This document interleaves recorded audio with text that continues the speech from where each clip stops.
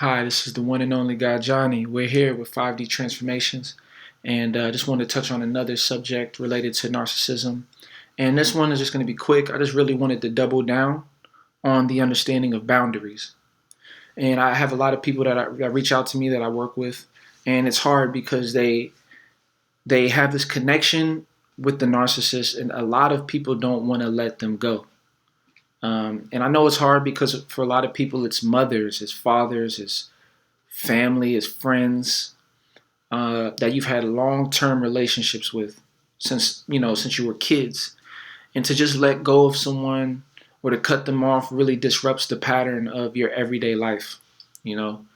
But I just want to double down and say that the only way a narcissist is going to respect you is if, and it isn't like we're vying for their respect, but the only way they're going to give you the space and proper uh, energy, you know what I mean? Or the only way, more importantly than that, the only way you will be able to experience true happiness and peace in your everyday life is if you are in a healthy environment where your mind can be free, where you're mentally free to have positive thoughts, positive people around you. That's so key. Even before we talk about your physical health, your mental health is a part of your physical health.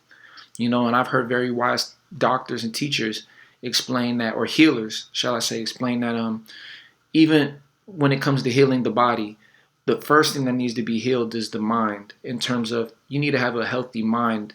You could be eating all the good food all you want, working out every day, but if your mind isn't healthy, it's not gonna translate. So when it comes to dealing with narcissists, it's very important that you create that space.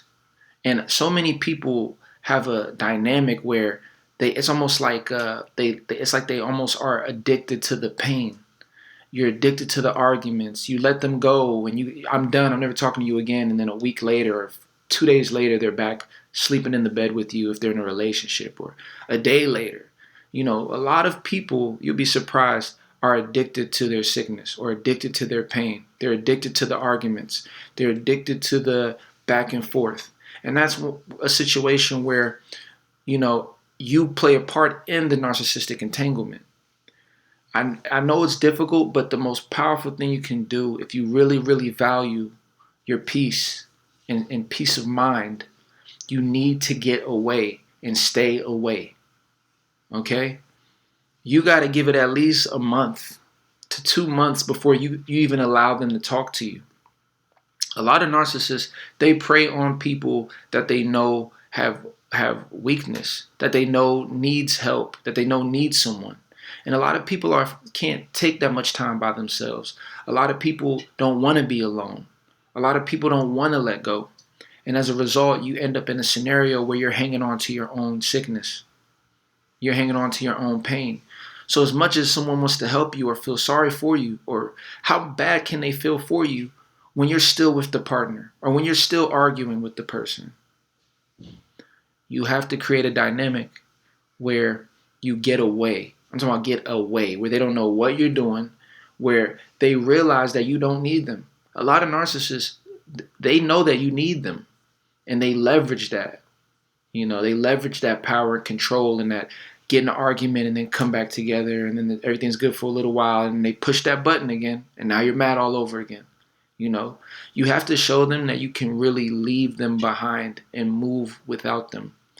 And you'll be surprised how amazing life becomes on the other side of not being with the narcissist. It might be rough that first couple of days, that week, but when you get a nice solid week away from them, 2 weeks away from them, it's like, wow, I didn't know life can be this magical and peaceful. But the key is you have to hang on to that. Let me tell you this. Let me tell you this. Do not feel bad that you left someone behind. Do not feel sorry, or I wish it could be this way, or they're all alone now. No, leave them. They're going to be fine. Trust me. Narcissists are very tapped into survival. They're very tapped into making sure that they're okay. So trust me, as much as you feel bad for them, they're going to be fine. They're going to find a way to continue to do whatever they do. The key is for you to make sure that you're okay, to make sure that you find the space to begin to build a new life okay, and leave them behind. So boundaries are the number one thing that must be embraced. And I mean strong bound. I'm not talking about boundaries like, okay, we can only talk on the weekends. I'm talking about you. If you're in an intense situation with a narcissist, you have to be gone for at least a month to 2 months. They can be calling you. They can't. Don't talk to them. Don't do it. Don't do it. Because you might give it a week. The minute you pick up the phone on that weekend and get in that whole entanglement again, you're back to square one. You spend a whole week having space just to be back in the same situation. It's like playing a game and you move up so far just for one thing to make you go back 8 spaces. No. You have to go and go and go and go. And then what you'll see, and I've seen this from experience many times, when you fully separated yourself, when you fully created a new life without them, when you fully gotten them out of your life and broken out of that dependency, out of that codependency, and fully created your space by yourself, it's going to be hard. You're going to think, how do I do it without them? For many people, or how are they feeling? I'm so sorry that, I hope they're okay. That's not good. When you fully have that space and you're away, you might see them like months later and they're going to come at you completely different. They're going to respect you completely differently because they know that you're capable of getting out of there. And what's also going to happen is you're going to begin to see that there's a better world out there. The narcissistic relationship can cloud your view. You don't realize, you think this is all life is. You think this is like that you're stuck in it. But you're only stuck in it because you allow yourself to be stuck in it because you're used to it. It's the pattern that you're used to. So let me tell you, man, get away, create that space. And if you want to, I go more in detail on the Patreon. I have videos coming out where I'm going to really break some things down. But in the meantime, make sure that you promise to yourself and make a promise to yourself for your own health, your own safety, your own sacred relationship with yourself to say, you know what?